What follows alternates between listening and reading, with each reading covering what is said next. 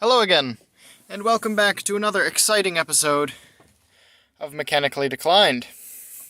Today is mostly going to be working on electronics, showing off what I've done so far, and taking down part numbers or sizes for replacement parts that will be installed in the future.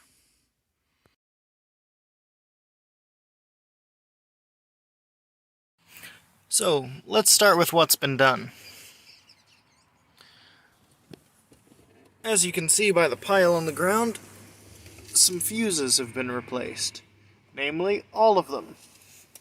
Which means that now I have a working cigarette lighter. This lamp and the radio currently don't work due to some wiring shenanigans. But I've got a courtesy light. And as the doors open, I have the sort of opera lights. Also, when the trunk is opened,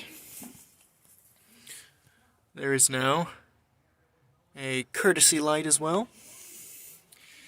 All that these needed were some contact cleaner, new fuses, and all new bulbs. And on the same vein of fixing wiring regarding lighting, this here is the headlight switch that turns your high beams on and off. This is a part that commonly fails, and I can show you exactly how it does that. With the key turned on the accessory position, you can pull out your headlight control, and with any luck, your outer, in this case, headlights will come on just as normal.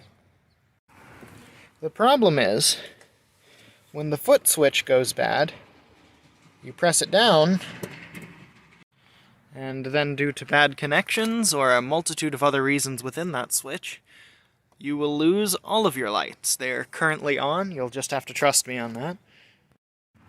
And now to remove the faulty switch, we just take our socket with an extension, remove bolt 1, and do the same for the second bolt. And with both pieces of hardware removed, the switch, if it's not rusted in place, should come free. And then you can unplug these wires. Just like that, before you know it, faulty switch removed. We simply take our new switch, test fit it, which I've already done, making sure that it bolts up to the floor pan and fits through the hole in the carpet. And beyond that, we'll just do the reverse of everything you just saw. With that done, we'll do a simple test of the lights, just to make sure it works before we put back the carpet and the insulation. Just going to pull out the stopper here, and see where we are. There we have the long-awaited high beams, pardon the wind. Then we do a simple steppy-steppy, and we're on low beams. Success! And there you are. Sans a new rubber grommet here that's been cracked by age and wear. We have a fully new headlight dimmer switch. If you liked this and you'd like to see more, consider subscribing. It would mean the world and show that there's interest for my automotive ramblings on the internet.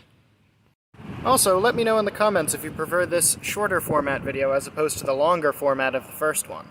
These are a little easier to produce and can come out a little more regularly, which will give me the chance to bring the quality up, but sacrificing the length and depth of the longer format videos.